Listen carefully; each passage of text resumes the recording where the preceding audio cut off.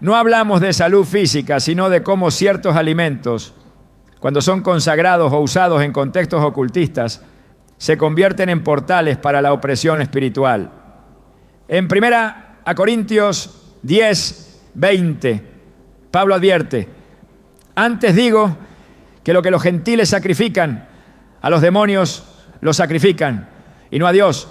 Y no quiero que vosotros os hagáis partícipes con los demonios.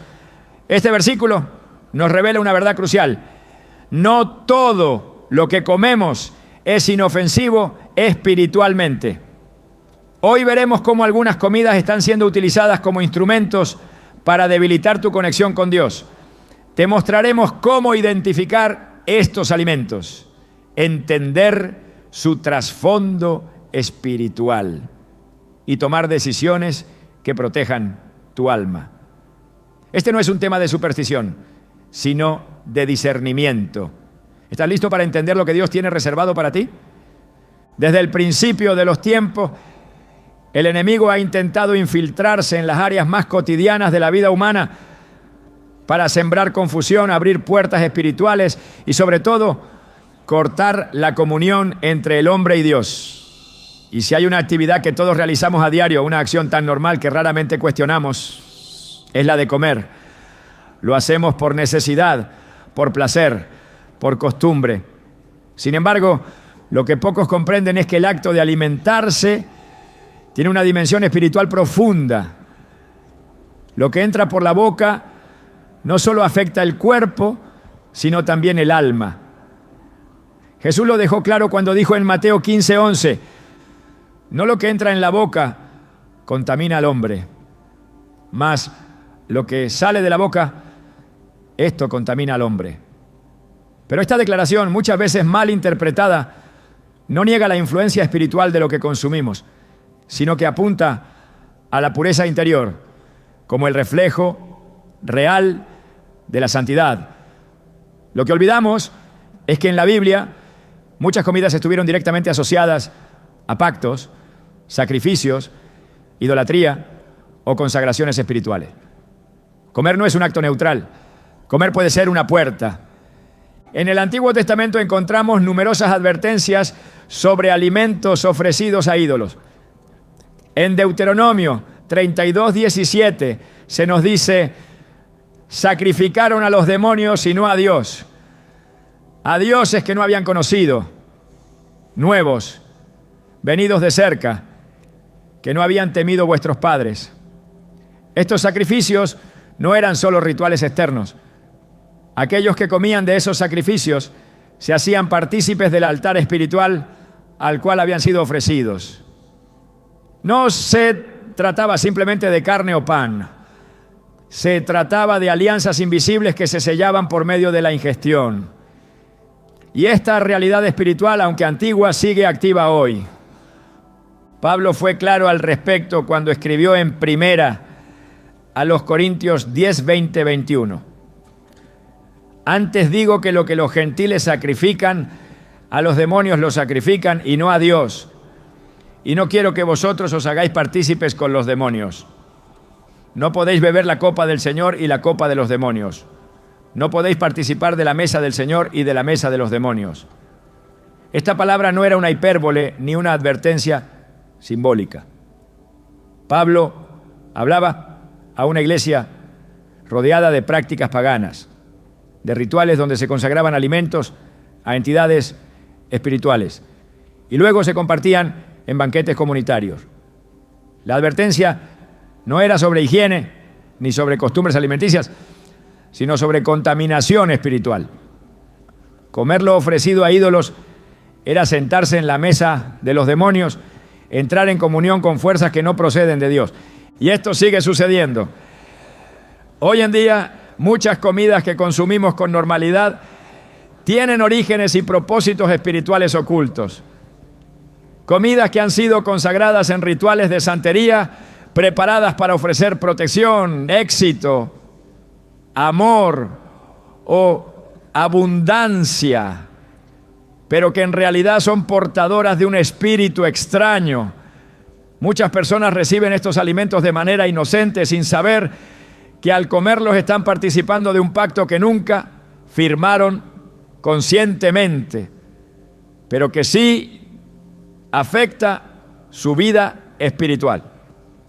Hay testimonios de personas que después de comer cierto plato en una reunión familiar comenzaron a experimentar pesadillas, ataques de ansiedad, una sensación de opresión espiritual o incluso enfermedades inexplicables. Al investigar la fuente de la comida, descubrieron que había sido parte de una ceremonia. La comida fue el canal, el plato fue la puerta. Recordemos que en la historia de Israel, uno de los medios principales que usaron los enemigos para hacer tropezar al pueblo fue justamente la comida.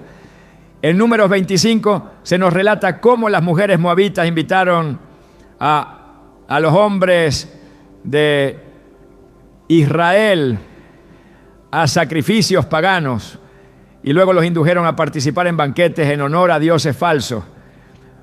Lo que comenzó como un simple acto de hospitalidad terminó en un acto de idolatría masiva. El versículo 2 dice: estas invitaron al pueblo a los sacrificios de sus dioses, y el pueblo comió y se inclinó a sus dioses. Comer fue el punto de entrada, comer fue el comienzo de la caída. Este patrón se repite en diferentes culturas y épocas. Hoy muchas personas participan en comidas relacionadas con celebraciones espirituales ajenas al Dios vivo.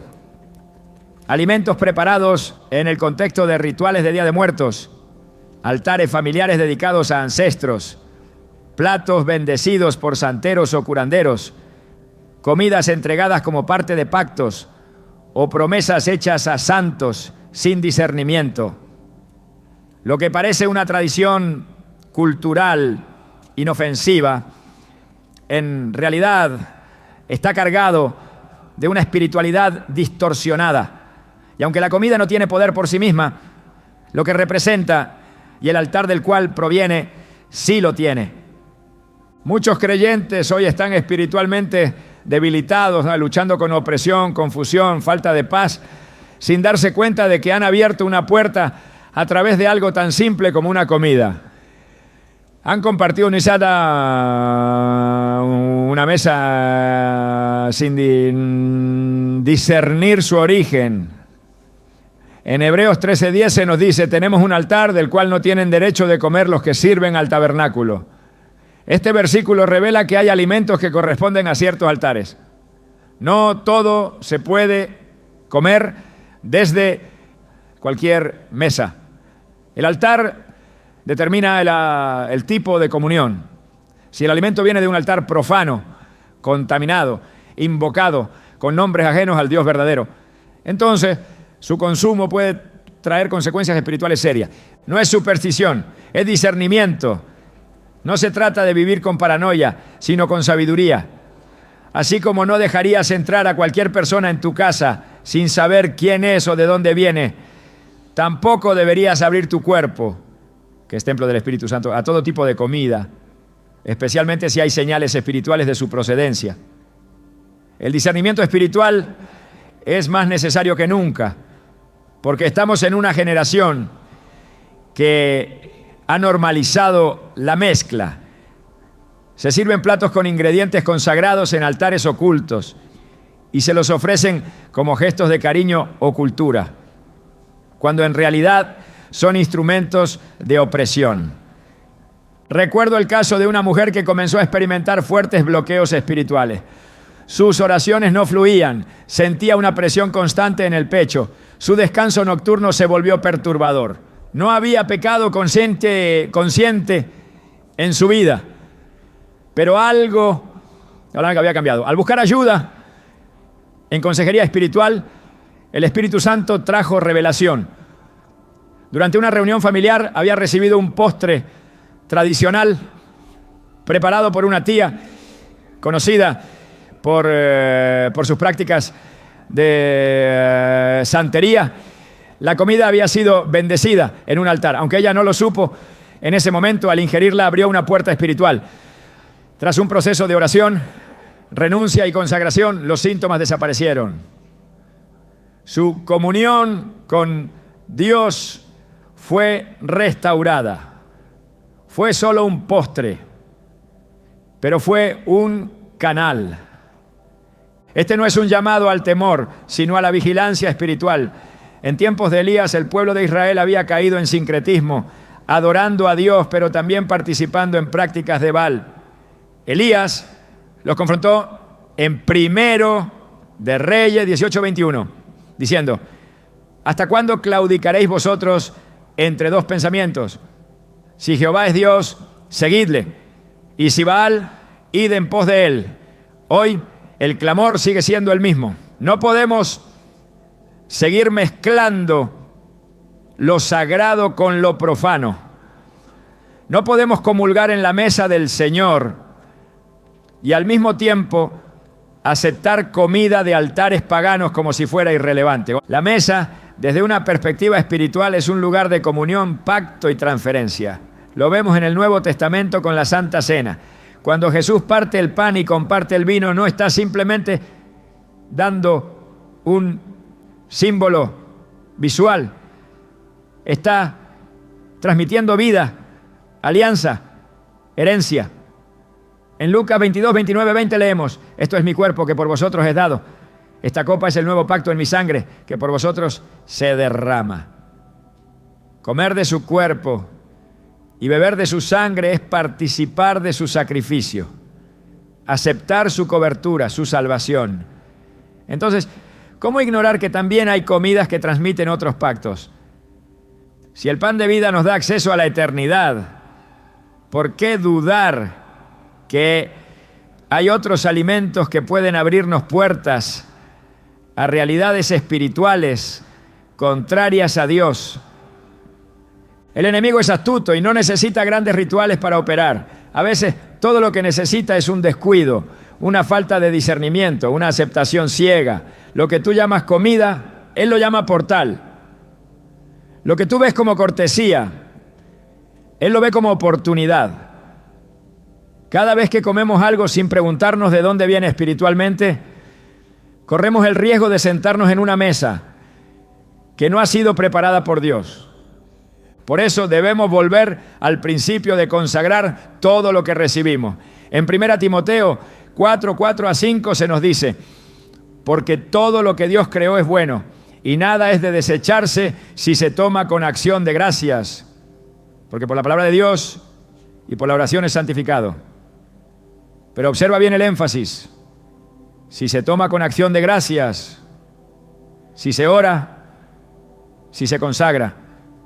Esto no es automático. No todo lo que se presenta como comida debe ser recibido sin filtro. Orar por los alimentos no es una rutina religiosa, es un acto de santificación. Es declarar que ese alimento ha sido separado del uso común, limpiado de toda consagración ajena, dedicado al servicio de Dios. Cuando la iglesia retome el poder de la oración, cuando cada creyente comprenda que comer también es un acto espiritual, las puertas que hoy están abiertas por descuido comenzarán a cerrarse. La opresión será reemplazada por libertad. La confusión por claridad. La pesadez espiritual por gozo y paz. Porque el pueblo de Dios no fue diseñado para vivir mezclado, sino para vivir separado, santo, consagrado. Y esa consagración comienza en la mesa.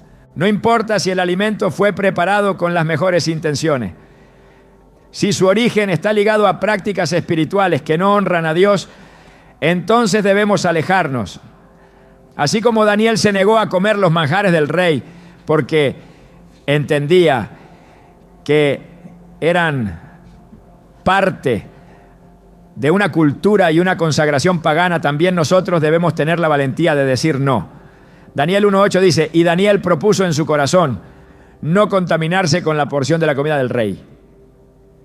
Esa decisión aparentemente pequeña fue el inicio de una vida marcada por la excelencia espiritual y el favor de Dios. La pureza comenzó por lo que no quiso comer. Hoy el Espíritu Santo nos llama a lo mismo, no a vivir bajo normas alimenticias, sino a vivir con discernimiento. No a juzgar a otros por lo que comen, sino a vigilar nuestra comunión. No a temer cada plato, sino a consagrar cada comida. Y si alguna vez recibiste alimentos cuyo origen ahora reconoces como contaminado, no temas. Hay perdón, hay liberación, hay restauración. Lo único que necesitas es orar, arrepentirte, renunciar a todo pacto involuntario y consagrarte nuevamente al único altar verdadero, el altar de Cristo. Porque en su mesa hay vida, hay verdad, hay plenitud. Y cuando comes de su pan, nada puede tocar tu alma. ¿Estás listo para mirar tu mesa con ojos espirituales? ¿Estás dispuesto a cerrar puertas que quizás nunca supiste que habías abierto? Esta es la hora de despertar, de limpiar tu altar personal y de comenzar una nueva etapa donde incluso lo que comes sea para la gloria de Dios. Porque si el enemigo ha usado la comida como arma, hoy Dios la usará como símbolo de restauración. La mesa volverá a ser sagrada y tú volverás a tener paz. Desde una perspectiva espiritual, pocas acciones cotidianas tienen un significado tan profundo y cargado de implicaciones como el acto de sentarse a la mesa. Comer no es solo satisfacer una necesidad biológica, es una forma de comunión. En toda la Escritura, la mesa representa un espacio donde se forjan pactos, se sellan alianzas y se manifiestan intenciones espirituales. En el antiguo Israel, cada altar implicaba una ofrenda y cada ofrenda tenía un propósito espiritual específico. Comer en este contexto era participar de ese propósito. No se trataba de alimentarse, se trataba de compartir la esencia del altar. Es por eso que cuando hablamos de comidas utilizadas para atacarte espiritualmente, debemos entender que no solo importa lo que se come, sino en qué mesa ha sido preparado ese alimento y bajo qué autoridad espiritual ha sido puesto. Desde el Génesis hasta el Apocalipsis, la mesa es una plataforma espiritual. En Éxodo, cuando Dios establece el tabernáculo, ordena la colocación de la mesa de los panes de la proposición. Esa mesa que debía estar permanentemente delante de su presencia, contenía panes que eran ofrecidos cada día como recordatorio de la provisión divina. No eran solo panes, eran señal de pacto, testimonio de comunión. Comer de ese pan era símbolo de pertenencia al pueblo apartado por Dios. Por el contrario, cuando el pueblo se desviaba y comenzaba a participar en banquetes ofrecidos a dioses paganos, la mesa se transformaba en altar de idolatría. En Números 25, la caída de Israel se selló precisamente en una comida. La mesa fue el puente hacia la rebelión espiritual. Comer fue participar. La mesa fue el altar. Cuando llegamos al Nuevo Testamento, el simbolismo se intensifica. Jesús, antes de ser entregado, decide reunirse con sus discípulos en la celebración de la Pascua. No fue un acto ceremonial vacío, fue una preparación espiritual. En esa última cena, Jesús parte el pan y lo llama su cuerpo. Levanta la copa y la llama su sangre. En ese momento establece el nuevo pacto. Lucas 22, 19 a 20 dice: esto es mi cuerpo, que por vosotros es dado. Haced esto en memoria de mí. Esta copa es el nuevo pacto en mi sangre, que por vosotros se derrama. La mesa no era un simple momento fraterno, era una proclamación del reino, una manifestación de redención, una transferencia de autoridad. Quien participaba de esa mesa entraba en una alianza espiritual que redefinía su identidad y destino. El apóstol Pablo entendió este principio con claridad. En su carta a los Corintios confrontó una práctica común entre los creyentes de aquella comunidad: participar de comidas consagradas a ídolos en banquetes públicos. Su respuesta fue contundente. En 1 Corintios 10:21 afirmó: no podéis beber la copa del Señor y la copa de los demonios. No podéis participar de la mesa del Señor y de la mesa de los demonios. Esta declaración revela una verdad espiritual de peso eterno. Cada mesa tiene un dueño. Cada banquete tiene una cobertura espiritual. Comer en una mesa consagrada a ídolos no es simplemente una cuestión cultural o de cortesía.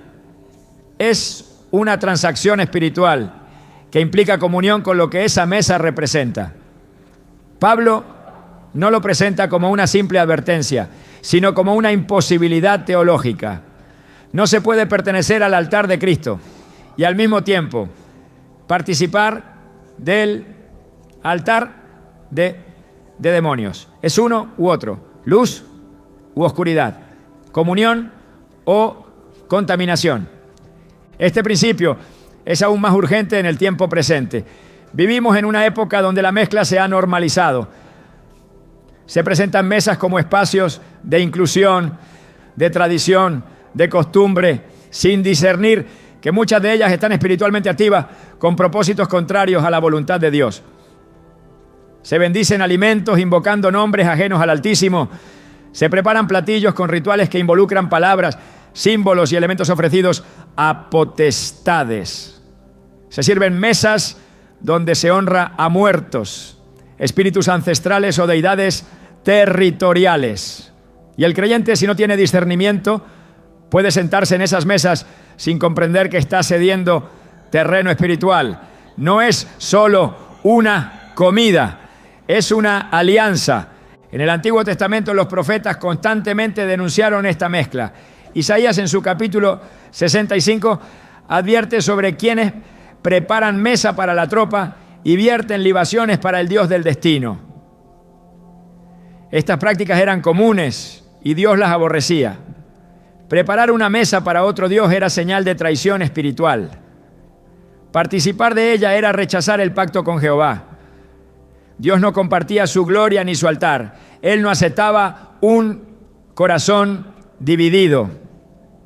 La santidad de su pueblo debía reflejarse en cada aspecto de la vida, incluyendo la mesa. Por eso, en Levítico encontramos leyes precisas no solo sobre qué comer, sino también sobre cómo y con quién compartir los alimentos. Todo estaba orientado a mantener la pureza del pacto. Hoy no vivimos bajo las leyes ceremoniales del antiguo pacto, pero el principio espiritual sigue vigente. La mesa sigue siendo altar. La comida sigue siendo acto espiritual. Y el enemigo, sabiendo esto, ha hecho de la comida una herramienta para establecer comunión con su reino. En muchas prácticas ocultistas, las comidas juegan un rol central. Se preparan ofrendas comestibles para establecer pactos, llamar espíritus, obtener favores. Se colocan alimentos en altares domésticos para honrar entidades espirituales. Se realizan cenas rituales donde cada plato representa una invocación. La intención no está en la comida, sino en la mesa. Lo que se transfiere no es el sabor, sino la comunión espiritual que esa mesa representa. Por eso es imprescindible entender que no toda mesa es compatible con la mesa del Señor. No toda invitación es inofensiva. No toda comida debe ser aceptada sin discernimiento. En Hebreos 13:10, el autor declara: tenemos un altar del cual no tienen derecho de comer los que sirven al tabernáculo. Esta afirmación no solo establece separación, sino exclusividad. Hay un altar reservado para el pueblo del pacto. Y participar de él requiere pureza, santidad, discernimiento. No se trata de legalismo, se trata de fidelidad espiritual. Comer en el altar correcto es parte de vivir bajo la cobertura del pacto eterno. Jesús mismo, cuando confrontaba a los religiosos de su tiempo, no los acusaba solo por su doctrina, sino también por sus actos externos que revelaban una falta de integridad espiritual. En Mateo 23:25 les dijo: ¡ay de vosotros, escribas y fariseos, hipócritas! Porque limpiáis lo de fuera del vaso y del plato, pero por dentro estáis llenos de robo y de injusticia. La comida no era el problema era el corazón detrás del acto. La mesa no era santa solo por su apariencia, sino por su consagración. Este principio nos lleva a una reflexión profunda sobre nuestras propias mesas. ¿Quién las preside? ¿Quién las consagra? ¿Qué tipo de comunión ocurre cada vez que comemos? La Escritura nos muestra que incluso el cielo se representa como un banquete. En Apocalipsis 19:9 se menciona: bienaventurados los que son llamados a la cena de las bodas del Cordero. Esta es una imagen gloriosa, una fiesta espiritual, donde la mesa es presidida por Cristo mismo. Cada vez que nos sentamos a comer, estamos ensayando ese día. Pero si nuestra mesa está consagrada a otros propósitos, si nuestra comida está ligada a otras autoridades espirituales, entonces estamos ensayando un banquete equivocado. Nos estamos preparando para una comunión contraria a la del reino. En este contexto, la oración por los alimentos no debe ser una costumbre vacía. Debe ser una declaración espiritual, debe ser un acto de consagración real. No oramos por cortesía, oramos por santificación. En 1 Timoteo 4:4-5 se afirma: porque todo lo que Dios creó es bueno y nada es de desecharse si se toma con acción de gracias, porque por la palabra de Dios y por la oración es santificado. El alimento puede ser limpiado si está bajo el dominio de Dios, pero si ha sido preparado en un altar extraño, si ha sido ofrecido con intenciones contrarias al reino, no puede ser asumido con ligereza. La oración no anula pactos previos si no hay discernimiento, renuncia y consagración real. Por eso es esencial que el creyente no solo ore, sino que discierna. No basta con rechazar lo abiertamente maligno. Es necesario discernir lo que se presenta como neutral, pero tiene origen espiritual contaminado. El enemigo rara vez se manifiesta con evidencias explícitas. Su estrategia más efectiva es el disfraz. Lo presenta como tradición, como costumbre, como afecto cultural, pero detrás de cada plato puede haber una intención espiritual. Y si el creyente no se detiene a examinar la mesa, terminará participando de pactos que comprometen su pureza espiritual sin siquiera saberlo. La falta de discernimiento ha llevado a muchos a vivir en esclavitud sin comprender la causa. La solución no está en vivir con miedo, sino con sabiduría. No en aislarse del mundo, sino en consagrar cada aspecto de la vida al Señor. Cuando la mesa está bajo el señorío de Cristo, cuando el alimento ha sido recibido con acción de gracias y santificado por la palabra, entonces hay comunión verdadera. Pero si la mesa ha sido profanada, si el alimento ha sido invocado en nombre de potestades ajenas a Dios, entonces ese acto se convierte en puerta abierta. La comunión se quiebra, la protección se debilita y el enemigo gana acceso. Por eso el llamado de hoy es a levantar altares puros, a restaurar la santidad de nuestras mesas, a no compartir comida sin saber bajo qué autoridad espiritual ha sido preparada, a discernir si la mesa en la que te sientas es la del Señor o la de los demonios. Porque una mesa no es solo un mueble, es un altar. Y en cada altar se establece una comunión. Comer no es solo ingerir, es participar. Y en el mundo espiritual, lo que participas determina a quién perteneces. Este es el tiempo de volver al diseño original, de examinar cada aspecto de nuestra vida a la luz de la verdad, de entender que hasta lo más simple puede ser una llave que abre o cierra dimensiones espirituales. No se trata de rechazar la comida, se trata de santificar la mesa. No se trata de temor, se trata de fidelidad. Y en esa fidelidad encontramos cobertura, claridad, autoridad y comunión verdadera con aquel que nos llamó a vivir separados para Él. Porque su mesa no solo alimenta el cuerpo, alimenta el alma. Y todo lo que proviene de ella está cargado de vida eterna. Desde los tiempos antiguos, la estrategia del enemigo ha sido infiltrar el alma humana a través de lo aparentemente insignificante. En su astucia ha sabido ocultarse en lo cotidiano, en aquello que parece inofensivo, en lo que no despierta sospechas.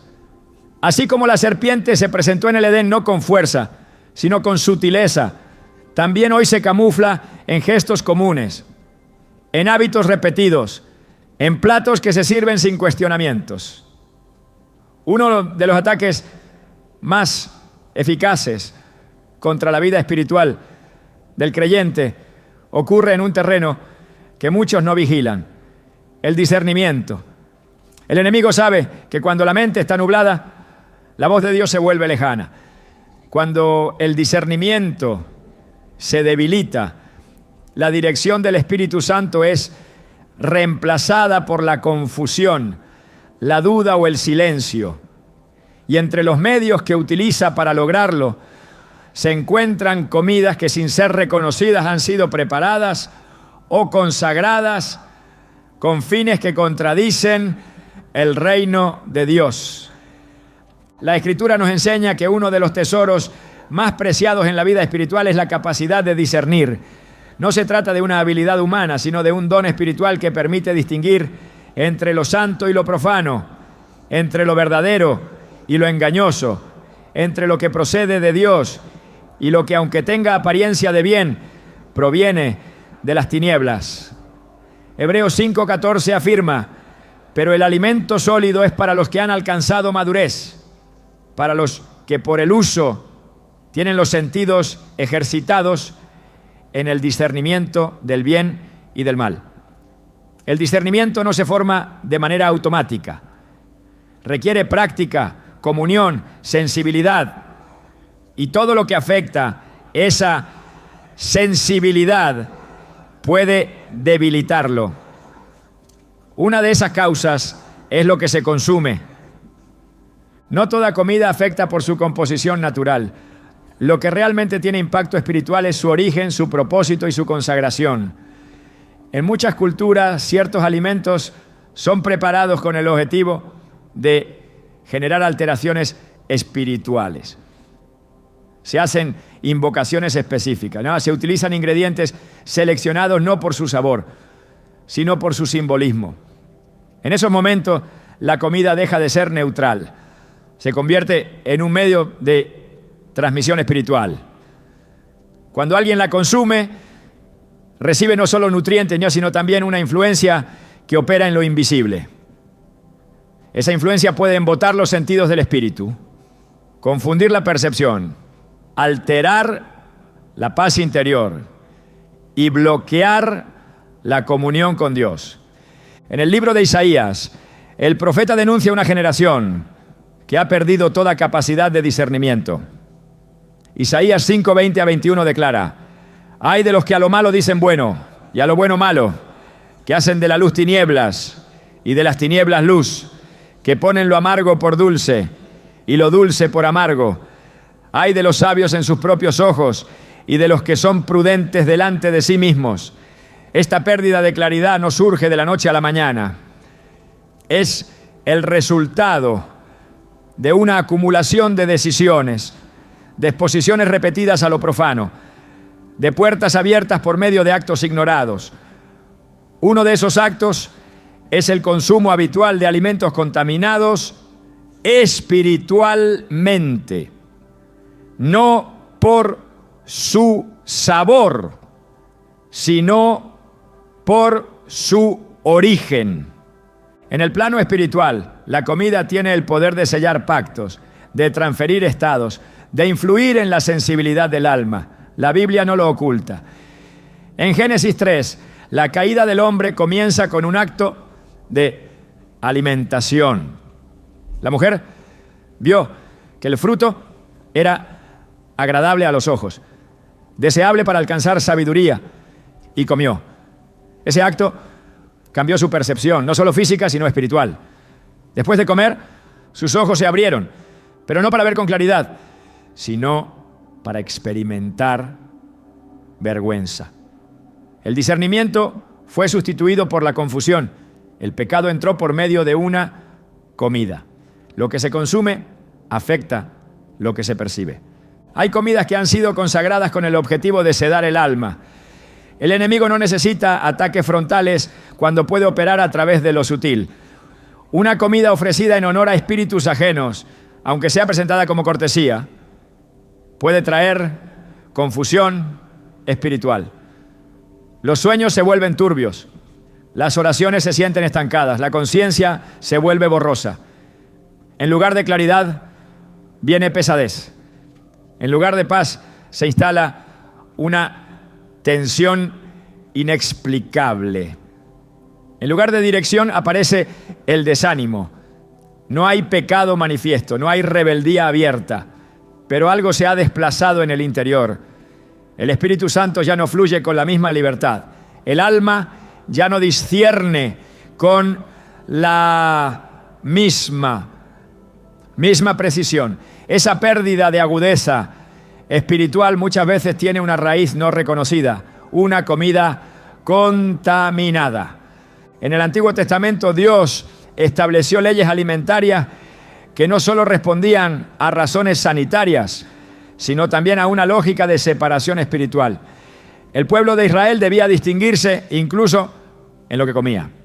No todo era permitido, no todo era puro, no todo era aceptable. Esta separación no buscaba imponer cargas innecesarias, sino enseñar el principio de santidad.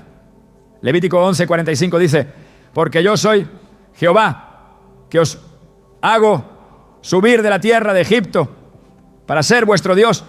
Seréis pues santos, porque yo soy santo. Esa santidad debía reflejarse en cada aspecto de la vida, incluyendo lo que se ingería. En el Nuevo Testamento, aunque se anula la obligación ceremonial de esas leyes, el principio espiritual permanece. Todo lo que el creyente consume debe ser consagrado y discernido. No se trata de legalismo, se trata de mantener intacta la comunión con Dios. En 1 Tesalonicenses 5:21-22, el apóstol Pablo exhorta: examinadlo todo, retened lo bueno, absteneos de toda especie de mal. Esta exhortación incluye la vigilancia sobre lo que se permite entrar al cuerpo, especialmente cuando proviene de entornos cargados de simbolismo espiritual contrario al Evangelio. Comer sin discernimiento es participar sin vigilancia. Participar sin vigilancia es abrir puertas sin saber a dónde conducen. Una de las maneras más claras en que el enemigo debilita el discernimiento es mediante la repetición de actos aparentemente inocentes. Cuando se repite una acción sin reflexión, ésta se convierte en hábito. Y un hábito sin discernimiento es un terreno fértil para el adormecimiento espiritual. Comer lo ofrecido en contextos espirituales equivocados de forma repetida lleva al alma a una insensibilidad creciente. Lo que antes despertaba alerta, ahora se acepta como normal. Lo que antes generaba incomodidad, ahora se tolera. El alma se adormece, el espíritu se apaga, el discernimiento se pierde y el enemigo gana terreno sin resistencia. En Romanos 12:2, el apóstol Pablo declara: no os conforméis a este siglo, sino transformaos por medio de la renovación de vuestro entendimiento, para que comprobéis cuál sea la buena voluntad de Dios, agradable y perfecta. Esta renovación no ocurre en un vacío. Requiere un entorno que no esté contaminado por elementos que distorsionen la percepción espiritual. Una alimentación espiritualmente limpia es parte de esa renovación, porque lo que se consume afecta el cuerpo, y el cuerpo es templo del Espíritu Santo. Si el templo está contaminado, el entendimiento se debilita. Si el entendimiento se debilita, la voluntad de Dios se vuelve difícil de percibir. No por falta de revelación divina, sino por saturación de interferencia espiritual. El silencio de Dios en muchas vidas no es ausencia, sino resultado de interferencias. Cuando el altar está contaminado, la voz se pierde. Cuando la mesa está profanada, la comunión se interrumpe. Cuando el cuerpo recibe lo que ha sido consagrado a otros espíritus, el discernimiento se debilita. Y sin discernimiento, el creyente queda expuesto. Proverbios 3:5-6 exhorta: confía en Jehová con todo tu corazón y no te apoyes en tu propia prudencia. Reconócelo en todos tus caminos y Él enderezará tus veredas. Pero cuando la mente está saturada de confusión, cuando el espíritu está embotado, incluso el consejo divino suena distante. Es allí donde muchos comienzan a tomar decisiones desde la emoción, desde la lógica humana o desde la presión de las circunstancias. Y esas decisiones, al no ser guiadas por el Espíritu, terminan en caminos torcidos, en ciclos de frustración, en desvíos innecesarios. La palabra de Dios ofrece una solución clara: consagración. No una consagración superficial, sino una decisión profunda de apartarse de todo lo que afecte la claridad espiritual. Esto incluye abstenerse de consumir alimentos que han sido preparados bajo invocaciones espirituales ajenas al reino. Incluye también la práctica constante de la oración antes de cada comida, no como un acto mecánico, sino como una declaración de separación, de santificación, de dominio espiritual. Filipenses 1:9-10 dice: y esto pido en oración, que vuestro amor abunde aún más y más en ciencia y en todo conocimiento, para que aprobéis lo mejor, a fin de que seáis sinceros e irreprensibles para el día de Cristo. Ese conocimiento incluye el discernimiento necesario para aprobar solo aquello que fortalece el espíritu, no lo que lo debilita. Cuando el discernimiento es restaurado, la comunión se vuelve fluida. La oración se siente viva. La palabra adquiere frescura. La guía del espíritu se vuelve constante. Y muchas veces ese cambio ocurre cuando se identifica la raíz del embotamiento espiritual. A veces esa raíz no está en un pecado oculto, sino en un acto inadvertido, haber consumido algo que selló una alianza equivocada. La buena noticia es que toda alianza puede ser rota en el nombre de Jesús. Todo pacto involuntario puede ser anulado por el poder de la sangre del Cordero. Y todo velo que cubre el entendimiento puede ser removido cuando el alma se vuelve a Dios en humildad y entrega total. El enemigo ha usado la comida como arma para debilitar el discernimiento del pueblo de Dios. Pero cuando este pueblo despierta, cuando recupera la vigilancia, cuando decide examinar lo que consume, las cadenas caen. La claridad regresa. La visión se restablece. Y la sensibilidad espiritual se renueva. Porque el Dios que llamó a su pueblo a ser santo, también lo capacita para vivir en santidad. El Espíritu Santo no se apaga por accidente. Se apaga cuando el templo se contamina. Pero si ese templo se limpia, si esa mesa se santifica, si ese cuerpo se consagra, entonces la voz de Dios vuelve a resonar con fuerza, guiando, corrigiendo, fortaleciendo y llevando a cada hijo a la plenitud del propósito para el cual fue llamado.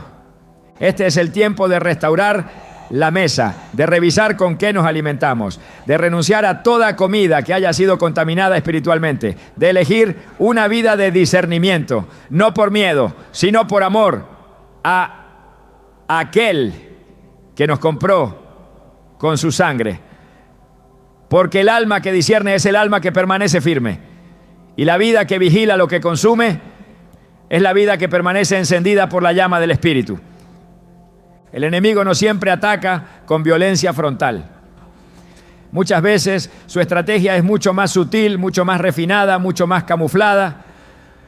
No se presenta con forma de monstruo ni con gestos amenazantes, sino que se esconde detrás de lo común, lo cultural, lo tradicional, lo aparentemente inofensivo. En esa sutileza se encuentra el verdadero peligro. Porque mientras el creyente baja la guardia por creer que todo está bajo control, se abren puertas que afectan la dimensión espiritual sin que haya conciencia de ello. Dentro de estas estrategias, una de las más efectivas ha sido siempre disfrazar lo profano con apariencia de afecto, lo oscuro con forma de costumbre, lo consagrado a las tinieblas con el disfraz de lo familiar. Comidas presentadas como gestos de amor, ofrendas que no parecen tales, mesas que no se identifican como altares, pero que en el mundo espiritual tienen una carga densa y peligrosa. La Escritura lo revela una y otra vez. Satanás no se disfraza de amenaza, sino de ángel de luz. Pablo lo declara en 2 Corintios 11:14.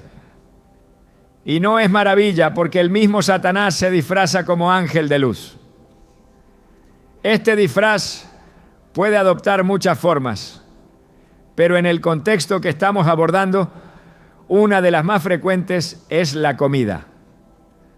No hablamos de lo que está visiblemente contaminado o claramente relacionado con prácticas espirituales contrarias a Dios, sino de aquello que ha sido revestido de afecto, de tradición, de celebración, de empatía.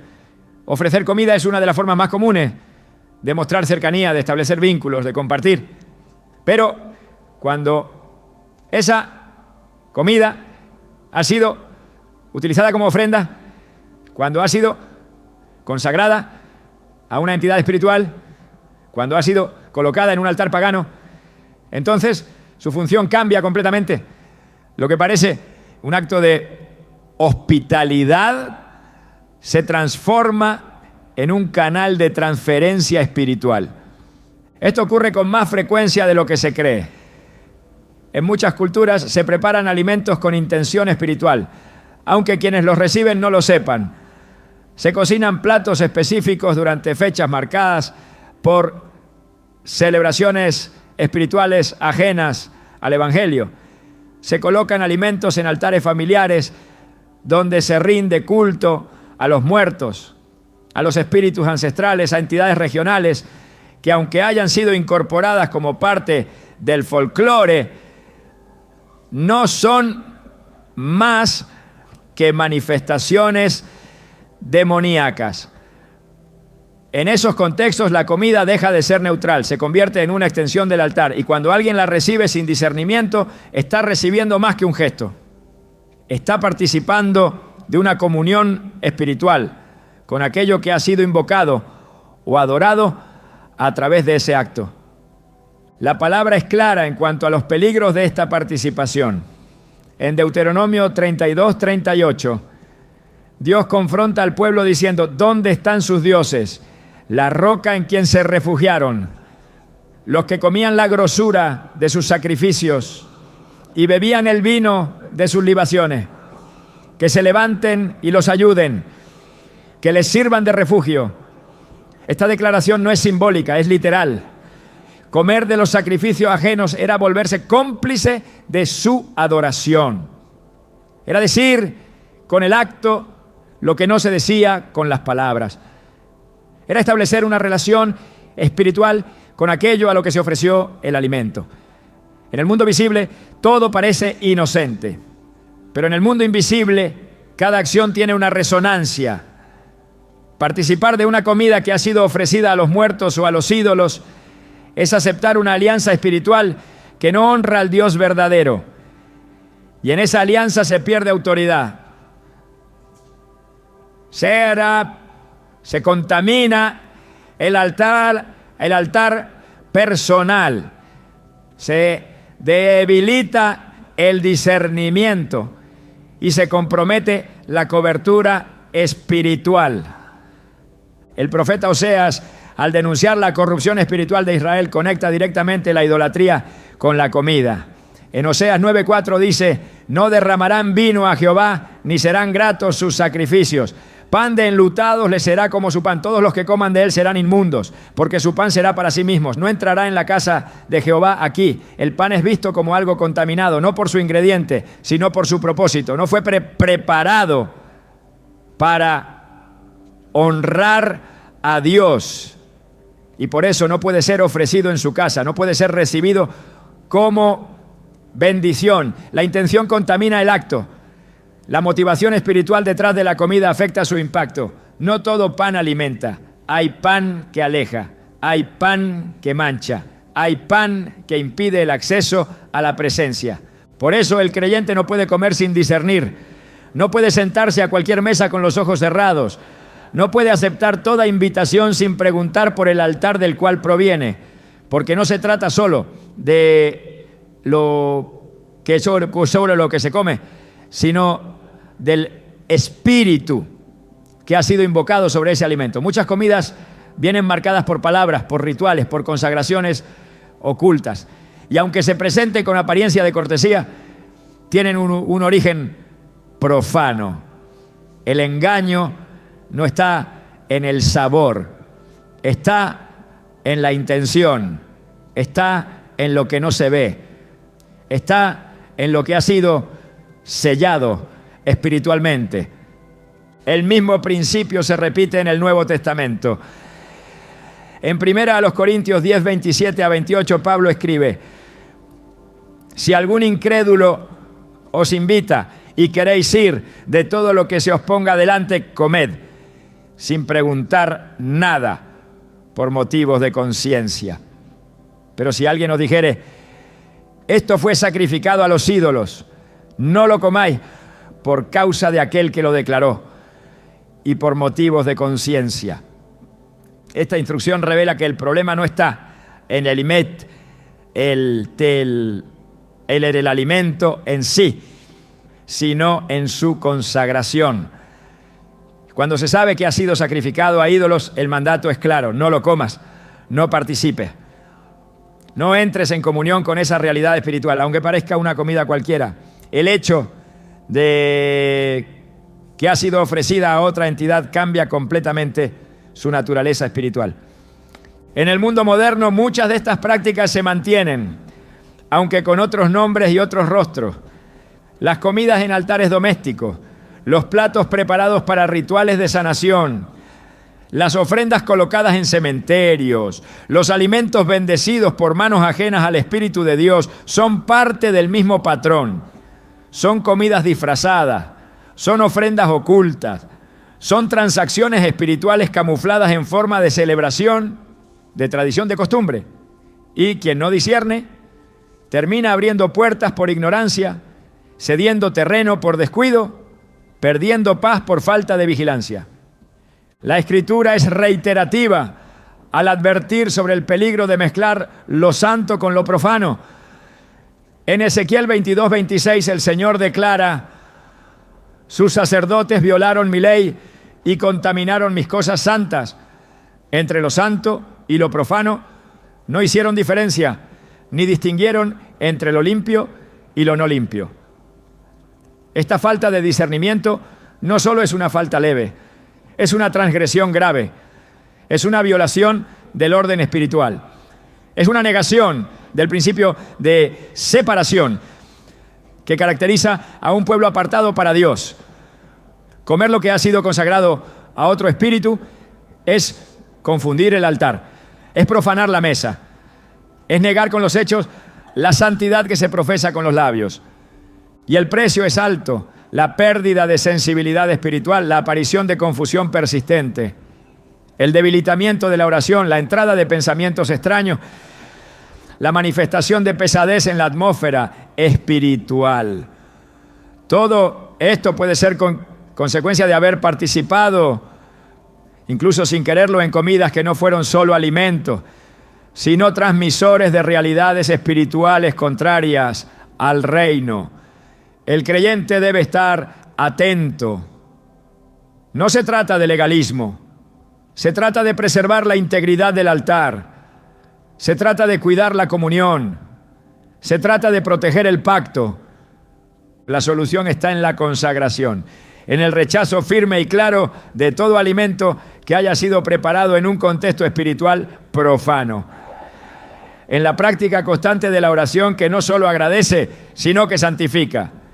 En la decisión de no sentarse en mesas donde la presencia de Dios ha sido sustituida por otras influencias.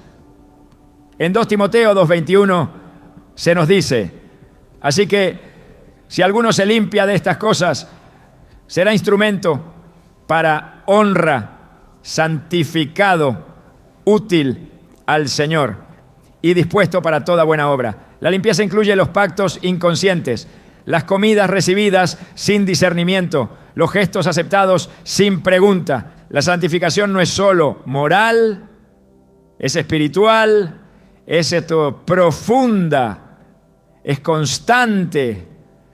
El enemigo no necesita abrir portales con estruendo, le basta con una mesa disfrazada, con un plato adornado, con una intención oculta. Pero el creyente que ha sido llamado a vivir en luz tiene la responsabilidad de examinar todo a la luz del Espíritu. No todo lo que se ofrece debe ser recibido. No toda invitación es inofensiva. No toda comida es pan. Hay panes consagrados a la muerte. Hay dulzuras que en el Espíritu son amargas. Hay gestos que en lo invisible son trampas. Y quien ha sido apartado para Dios no puede caer en esos lazos. Este es el tiempo de afinar el discernimiento, de abrir los ojos espirituales, de renunciar a toda comunión inconsciente con mesas ajenas al reino, de consagrar no solo el alma, sino también la mesa, porque en la pureza del altar se fortalece la comunión y en la vigilancia sobre lo que se consume se preserva la cobertura espiritual. Dios no comparte su altar con nadie, y aquel que ha sido invitado a su mesa no debe volver a sentarse en mesas disfrazadas de afecto, pero consagradas a las tinieblas. Comer es un acto espiritual. La mesa es un altar. El pan es comunión. Y solo en el altar de Cristo hay alimento verdadero que fortalece, santifica y sostiene al alma. El placer por la comida no es un pecado en sí mismo. Dios creó los sabores, los aromas, los frutos de la tierra para el deleite humano. En el Edén la abundancia no era solo funcional, era también deleitosa. El problema comienza cuando ese placer se convierte en una puerta descontrolada, cuando el deseo de satisfacción inmediata supera la obediencia y lo que fue diseñado para alimentar comienza a dominar. El enemigo, sabiendo esto, ha utilizado la comida como un medio para esclavizar, distorsionar, desviar. Porque donde hay exceso, hay vulnerabilidad. Donde el apetito manda, la voluntad se debilita. Y donde no hay dominio propio, hay terreno fértil para la opresión espiritual. En Filipenses 3:19, el apóstol Pablo habla de aquellos cuyo Dios es el vientre y cuya gloria es su vergüenza, que piensan solo en lo terrenal.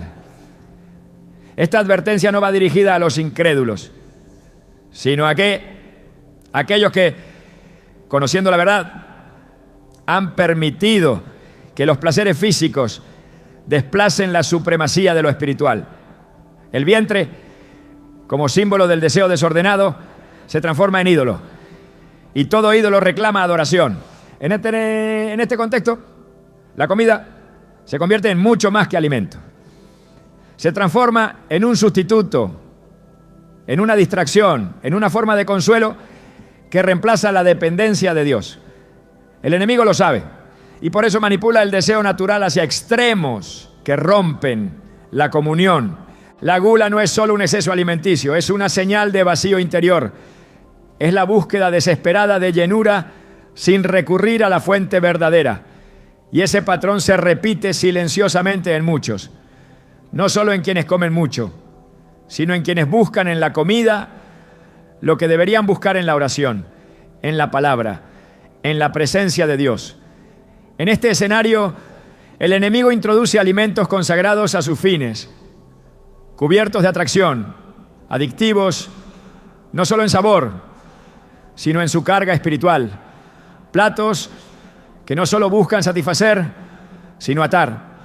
Alimentos preparados con la intención de seducir el alma, de nublar el entendimiento, de crear hábitos que ahogan la sensibilidad espiritual.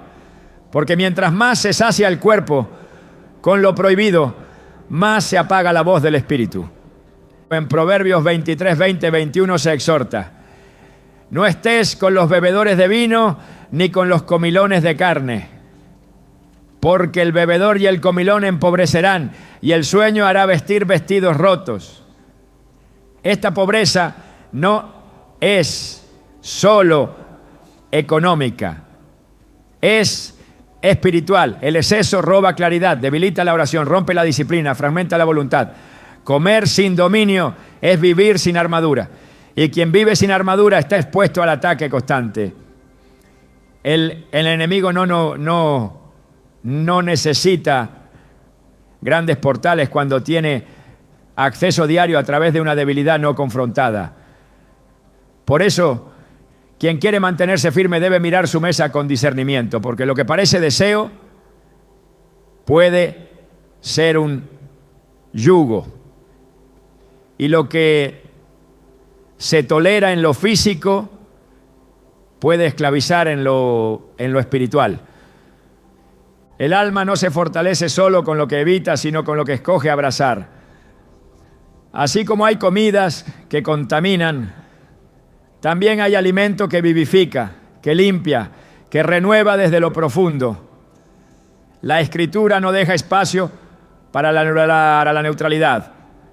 Si el enemigo tiene mesas que debilitan, Dios ha dispuesto un banquete que edifica. En Juan 6:35 Jesús declara: yo soy el pan de vida. El que a mí viene nunca tendrá hambre.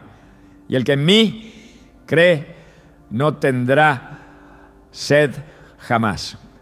No se trata de una metáfora vacía, se trata de una afirmación absoluta sobre la única comida que no solo sacia, sino que transforma la esencia de quien la recibe. Ese pan no está compuesto por harina ni fermento. Es la presencia viva de Cristo en el interior del creyente. Es la palabra revelada que alimenta el espíritu. Es la obediencia que madura el carácter. Cada vez que el alma decide alimentarse de lo eterno, se hace más fuerte ante lo que antes la doblegaba. Mientras la comida consagrada a ídolos apaga la voz del espíritu, el alimento que viene de Dios la afina, la despierta, la amplifica. Por eso Jesús, al ser tentado en el desierto, respondió con autoridad en Mateo 4:4. No solo de pan vivirá el hombre, sino de toda palabra que sale de la boca de Dios. Esta es la base sobre la cual se construye una vida inmune a las trampas espirituales que se presentan en forma de alimentos contaminados. El creyente no ha sido llamado a una dieta física, sino a una dieta espiritual. Lo que sostiene al hombre interior no es lo que entra por la boca, sino lo que es recibido en el corazón por medio de la verdad. El alimento espiritual no tiene apariencia, pero tiene efecto. Transforma la forma de pensar, de hablar, de reaccionar. Llena los vacíos que la comida terrenal no puede llenar. Fortalece el discernimiento, agudiza la visión, renueva el deseo de santidad. Esa comida viene del altar celestial y solo quienes renuncian a las mesas del mundo pueden sentarse a recibirla. En Apocalipsis 3:20 el Señor expresa una invitación poderosa. He aquí, yo estoy a la puerta y llamo. Si alguno oye mi voz y abre la puerta, entraré a él y cenaré con él y él conmigo. El acto de cenar con Cristo no es simbólico, es espiritual, es pacto, es comunión íntima, es transferencia de vida, de propósito, de dirección. Allí no hay manipulación, no hay oscuridad, no hay ataduras escondidas, solo verdad, solo luz, solo alimento puro. En ese banquete el alma se alinea con el cielo y recupera su fuerza original. En esa mesa toda confusión desaparece y toda carga es reemplazada por paz. Comer de ese pan es decir sí a la voluntad de Dios. Es cerrar la puerta a la manipulación espiritual y abrirla a la vida abundante que solo Él puede ofrecer. El alma que ha sido despertada no vuelve jamás a dormir con la misma tranquilidad. Cuando la luz de la verdad irrumpe en lo cotidiano, lo que antes parecía inofensivo revela su verdadero rostro. Comprender que hay comidas usadas como instrumentos de ataque espiritual no es solo un conocimiento que informa, es una revelación que transforma. Después de abrir los ojos a esta dimensión, el creyente ya no puede mirar su mesa de la misma manera, ni acercarse a los alimentos sin una conciencia espiritual activa. Pero esta conclusión no es solo un llamado a evitar lo contaminado, es una invitación a recuperar el gobierno espiritual que muchos han perdido sin saberlo. La estrategia del enemigo ha sido siempre la misma: desactivar el discernimiento, debilitar la voluntad y cortar el flujo de autoridad que emana de una vida consagrada. Y lo ha hecho muchas veces sin enfrentamientos violentos, sin señales evidentes, sino a través de actos tan simples como una comida compartida sin discernimiento. Cuando el creyente no ejerce dominio sobre lo que consume, sobre lo que acepta, sobre lo que pone en su cuerpo, entonces cede autoridad sobre áreas que deben permanecer bajo la cobertura de Dios. Esta pérdida es progresiva, casi imperceptible, pero profunda. Poco a poco se debilita la firmeza espiritual, se enfría la oración, se oscurece la visión interior. Sin saber cómo, muchos terminan luchando contra una niebla espiritual persistente. Y es ahí donde se revela lo esencial. No se trata solo de qué alimentos evitar, sino de desde dónde estamos viviendo, con qué conciencia, bajo qué autoridad. Esta verdad lleva a una conclusión ineludible. Cada acto del creyente es una expresión de reino. Comer no es un acto neutro, es una afirmación de pertenencia. Cada vez que decides que entra a tu cuerpo, estás decidiendo también a qué altar te alineas, a qué mesa perteneces y a qué voz estás abriendo espacio en tu interior. No es temor lo que debe guiarte, sino propósito. No es obsesión con lo oculto, sino pasión por lo sagrado. La solución no está en volverse legalista ni en vivir con paranoia espiritual. La solución está en recuperar el gobierno, en volver al principio donde todo acto del cuerpo responde a una intención del espíritu, donde el creyente no solo rechaza lo impuro, sino que establece territorio, declara autoridad, afirma el dominio del reino, incluso en lo más cotidiano. Dios no nos reveló estas verdades para que nos escondamos, sino para que levantemos nuevas mesas, mesas de pacto, mesas de consagración, mesas donde la presencia de Cristo sea el centro. Porque así como hay comidas que contaminan, también hay mesas donde se libera vida, sanidad, claridad, y son esas las que debemos restaurar.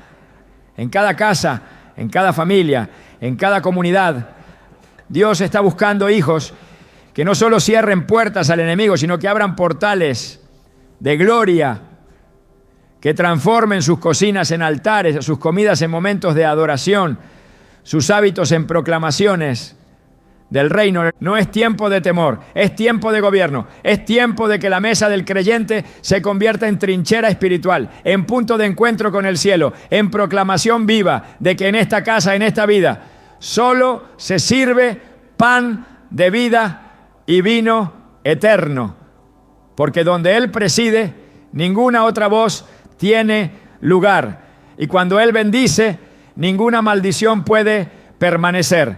Esa es la victoria que hoy se activa en ti.